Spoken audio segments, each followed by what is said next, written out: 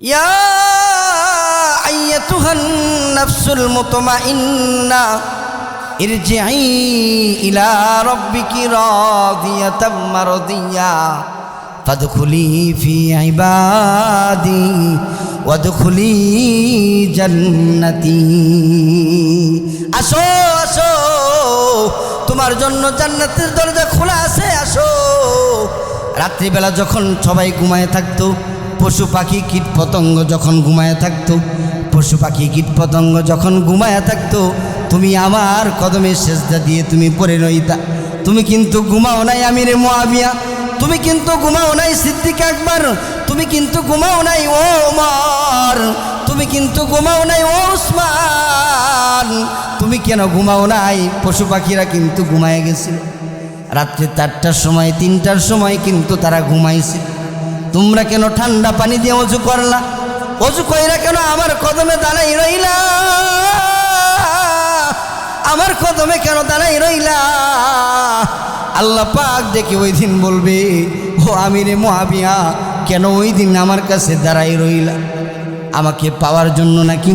আমি তো তোমাকে দেখি নাই, তুমিও তো আমাকে দেখো নাই, কেন আমার জন্য তুমি পাগল পারা হইয়া 3টার সময়, 3:30টার সময়, 4টার সময় উইঠা ঠান্ডা পানি দিয়া অজু কইরা কেন তুমি দাঁড়াই রইছিলা আমার দরবারে? যাও যাও, তোমার জন্য আমি আল্লাহ এমন একটা জান্নাত তৈরি করে রেখেছি ও আমিরে মুআবিয়া। ওই জান্নাতটা এই দুনিয়ার সময়ের সমান নয়। এই দুনিয়াটা যতটুকুন আছে তার থেকে 10 গুণ বেশি পরিমাণে আল্লাহ পাক বড় রাখছি। এজন্য মুহতারাম হাজরিন, শুধু আল্লাহকে ভয় করলে হবে না, আল্লাহর আযাবকে ভয় করার কথা বলছে। আল্লাহর আযাবের ভয় করার কথা বলছে। পাশাপাশি ওয়াকুনু মা'আস সাদিকিন, সাদিকিন কোথায় পাবো? সৎলোক কোথায় পাবো? সৎলোক এই দারুল কোরআন ইসলামিয়া মাদ্রাসায় পাবো। সৎলোক কোথায় পাবো? দারুল কোরআন ইসলামিয়া মাদ্রাসায় পাবো। এই মাদ্রাসার মতো যত কওমি মাদারেস আছে, এই সমস্ত মাদারেসগুলোর মধ্যে আমরা কি পাবো? সৎলোক পাবো। আল্লাহ তো বলেই দিয়েছেন, ওয়া মাইয়ুতিল্লাহা ওয়ার রাসূল ফাউলাইকা মা'আল্লাযীনা আন'আমাল্লাহু আলাইহিম মিনান নাবিয়্যিন ওয়াস-সিদ্দীকিন ওয়াশ-শুহাদা'i ওয়াস-সালিহিন ওয়া হাসুনা উলাইকা রফিকা, ওয়া হাসুনা উলাইকা রফিকা।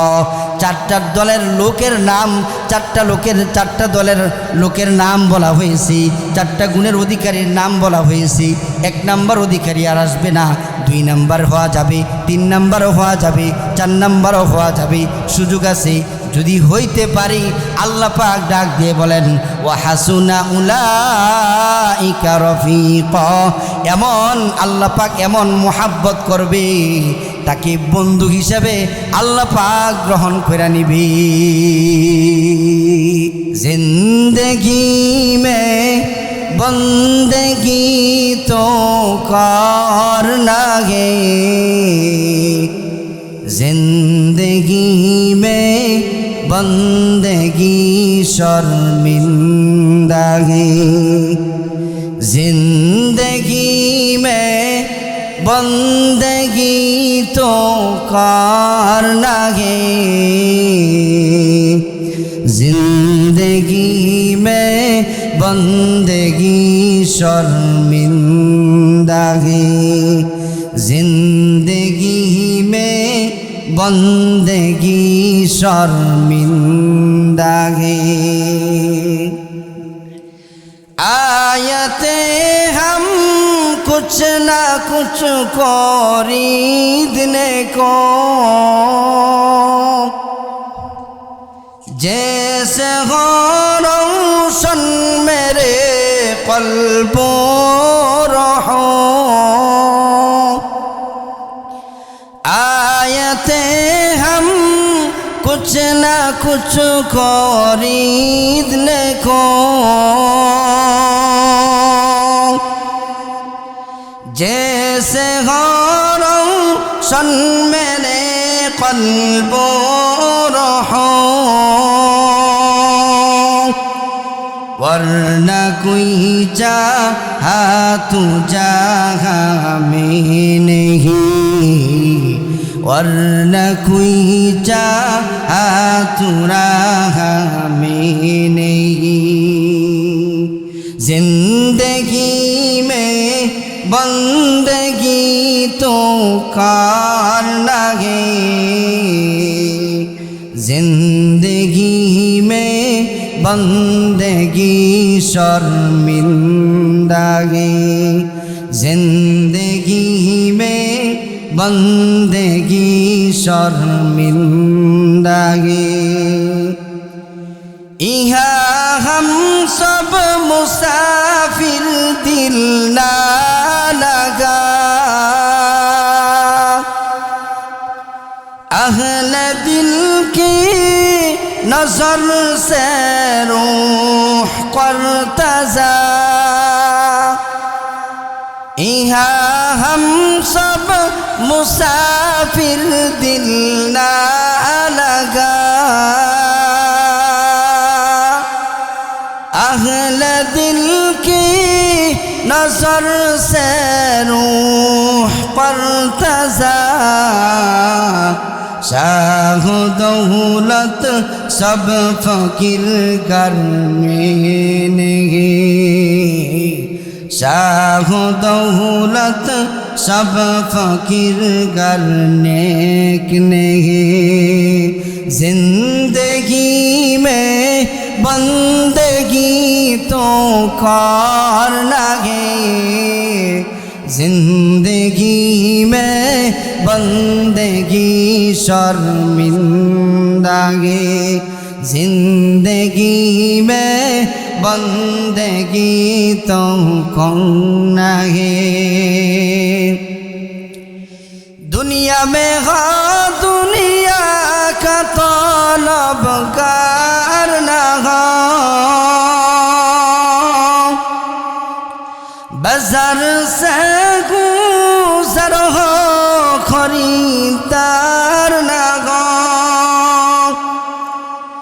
दुनिया में हो दुनिया का तलबगार ना हो,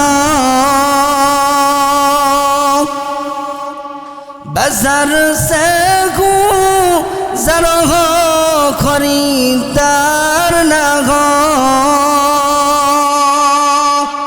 ए दुनिया एक मिसल कागज फूल नहीं, ए दुनिया एक मिसल कागज फूल है। जिंदगी में बंदगी तो करना है, जिंदगी में बंदगी शर्मिंदा है, जिंदगी में बंदगी शर्मिंदा है। मोहतरम हाजरीन, যেটা বলতেছিলাম আল্লাহকে ভয় করার মতো ভয় করতে হবে, পাশাপাশি নেক লোকদের বন্ধু হতে হবে। নেক আমরা কোথায় পাবো? নেক লোক পাওয়ার মাধ্যম হলো এই কওমে মাদারিস। কারণ একজন সন্তান, একজন আলেম, একজন হাফেজকে যদি কোনো মা বাবা রেখে যায়, সদকায়ে জারিয়ার আমল হিসেবে সেটা আমল হইতেই থাকবে, হইতেই থাকবে। কবরে বসে সে আমল পাইতেই থাকবে, পাইতেই থাকবে। খুতুবাতে হাকিমুল ইসলাম কারি তৈয়ব সাহেব রহমতুল্লাহি আলাইহি তার খুতুবাতের মধ্যে একটা ঘটনা বর্ণনা করেছেন। এক বুজুর্গ রাস্তা দিয়ে যাইতেছে, কবরের পাশে দাঁড়ায়া ইসালে সোয়াব করতেছে। এক বুজুর্গ রাস্তা দিয়ে যাইতেছে, কবরের পাশে দাঁড়ায় দাঁড়ায় কি করতেছে? ইসালে সোয়াব করতেছে। ইসালে সোয়াব করার সময় কবর থেকে একজন মহিলা কাশফের হালতে তিনি তাকায় দেখেন, কবর থেকে একজন মহিলা তাকে বলতেছে, হে আদম সন্তান, আমি কিন্তু আমার কিন্তু নেকের দরকার নাই। ইসালে সোয়াব করার সময় নেক যখন বন্টন হচ্ছে, ফেরেশতারা নেক বন্টন করতেছে। বন্টন করার সময় সকলে সিরিয়ালে লাইনে আসছে, কিন্তু ওই মহিলাটা, একটা মহিলা, সে আর লাইনে দাঁড়ানো না। আল্লাহর ওলি ডাক দেয়া বলে, ও মহিলা, এতগুলো লোক আসলো, কিন্তু তুমি কেন আসলা না? তুমি যে আসলা না, কেন আসলা না? বলে, আমি আসলাম না এই কারণে আমি আসলাম না, কারণ আমার একজন সন্তান আছে যে কোরআনে হাফেজ নয়, কিন্তু সে ব্যবসা বাণিজ্য করে, দোকানদারি করে, দোকানের মধ্যে বৈশা বৈশা সকালে এবং যে সময় পায় ওই সময় বৈশা বৈশা সে কোরআনের তেলাওয়াত করতে থাকে। আর এই কোরআনের তেলাওয়াতটা আমার কবরের মধ্যে ইসালে সোয়াব হিসেবে আসতে থাকে, ইসালে সোয়াব হিসেবে আসতে থাকে। অন্য আরেকদিন কি করলো, এই বুজুর্গ ওই রাস্তা দিয়ে যাইতেছে, যাওয়ার সময় কারি তৈয়ব সাহেব রহমতুল্লাহ আলী ঘটনা বলেন যে এই বুজুর্গ যখন যাইতেছে ইসালে সোয়াব করতেছে, তখন ওই মহিলাটা লাইনে আগায় আগায় আসতেছে। আল্লাহর ওলি ওই দিন ডাক দিয়ে বলেন, ও মা আমার, আপনি যে এত লাইনে দাঁড়ায় দাঁড়ায় তাড়াতাড়ি তাড়াহুড়া কইরা আসতেছেন, প্রথম দিন স্বপ্নে দেখার পরে ওই বুজুর্গ চলে গেলেন অমুক জায়গায় অমুক দোকানের মধ্যে চলে যাওয়ার পর ঠিকই তাকায় দেখে একজন ভদ্রলোক, নেককার একজন লোক দোকানের মধ্যে বৈশা বৈশা কোরআন তেলাওয়াত করতেছে আর বলতেছে। বুজুর্গ ডাক দিয়ে বলে, এই লোক, তোমার নাম কি অমুক? তুমি কি অমুকের সন্তান নাকি? তোমার মা কি কবরে চলে গেছে নাকি? বলে, হ্যাঁ, আমার মা কবরে চলে গেছে। বলে, তোমার মা কবরে চলে গেছে আর তুমি কোরআন তেলাওয়াত করতেছ, তুমি কোরআন তেলাওয়াতটা আরো বাড়ায়া দাও, কারণ তোমার কোরআন তেলাওয়াতের সওয়াব তোমার মা কবরে বৈশা বৈশা কোরআনের সওয়াব ইসালে সওয়াব পাইতেছে। ঠিক অন্য আরেকদিন যখন ওই রাস্তা দিয়ে যাইতেছে, যাওয়ার সময় আবার ইসালে সওয়াব করলো, সূরা ফাতিহা পড়লো, 3 বার ইখলাস পড়লো। আমরা কবরের পাশ দিয়ে যাই না, যাওয়ার সময় অনেক মানুষ আছে যারা সূরা ইখলাস পড়ে এবং ফাতিহা পড়ে, ইসালে সওয়াবের উদ্দেশ্যে দুরূদ শরীফ পড়ে, দোয়া করে। ওই বুজুর্গ আবার এরকমভাবে দোয়া করতেছে, ইসালে সওয়াব করতেছে, কিন্তু ওই দিনের কথাটা ভিন্ন, ওই দিনের ঘটনা যেন ভিন্ন হয়েছে। আল্লাহর ওলি তাকায় দেখেন ওই মহিলাটা সে লাইনে দাঁড়ায় দাঁড়ায় আগে যেন আসতেছে, সবার উপরে যেন আসতেছে, সিরিয়ালের মধ্যে আগে যেন আসতেছে, আর ডাক দিয়ে বলতেছে, ও মা আমার, আপনি যে চালু কইরা তাড়াহুড়া করে আসতেছেন, কেন আসতেছেন?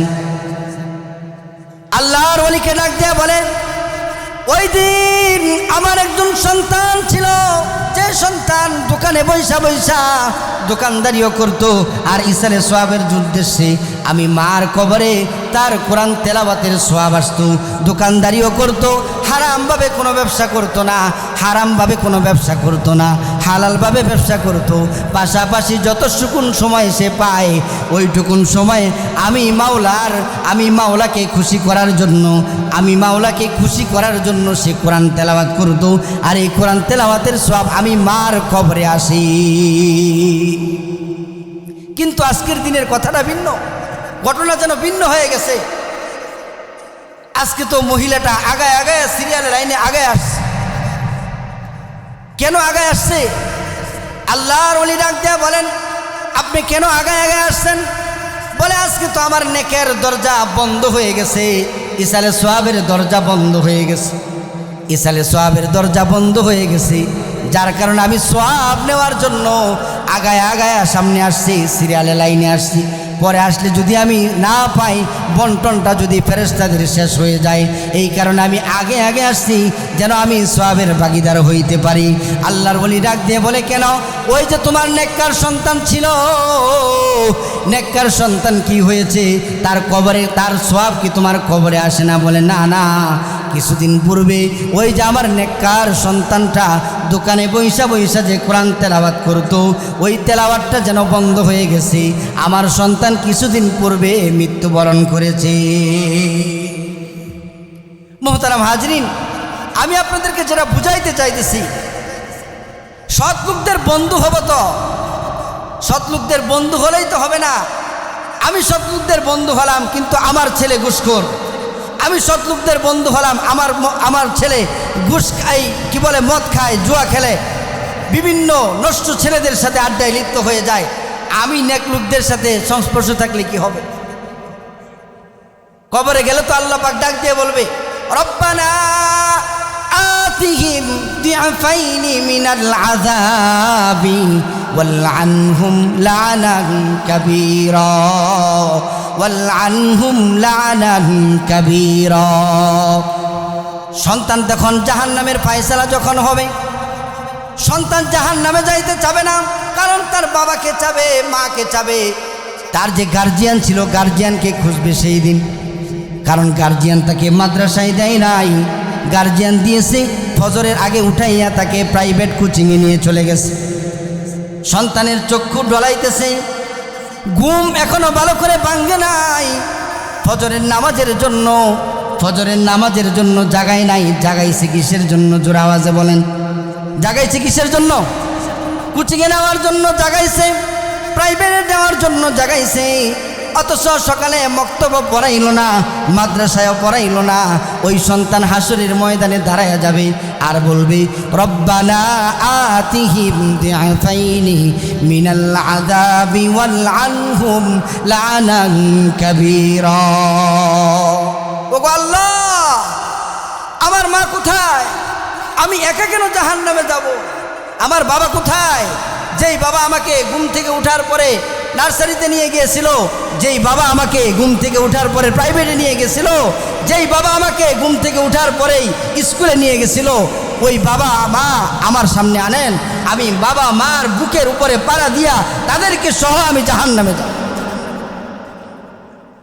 খুব ভালো করে বুঝবেন, কোরআনের কথা, কোনো গল্প কিচ্ছা কাহিনী নয়। রব্বানা আতিহিম দিআফাইন মিনাল আযাব ওয়ালআনহুম লা'নান কাবীরা, লানত করতে থাকবে। এখন বুঝে নেন, আপনার সন্তান, আমার সন্তান, আমি আপনি নেকলুজের মজলিসে যাব কিনা? নেকলুকের মজলিসে কি আমি আপনি যাব কিনা? নাকি আমি নেকলুকের মজলিসে গেলাম কিন্তু আমার সন্তানকে অন্য দিকে পাঠিয়ে দিলাম? এই কারণে জবাবদিহিতার কাঠগড়ায় কিন্তু দাঁড়াতে হবে আপনাকে।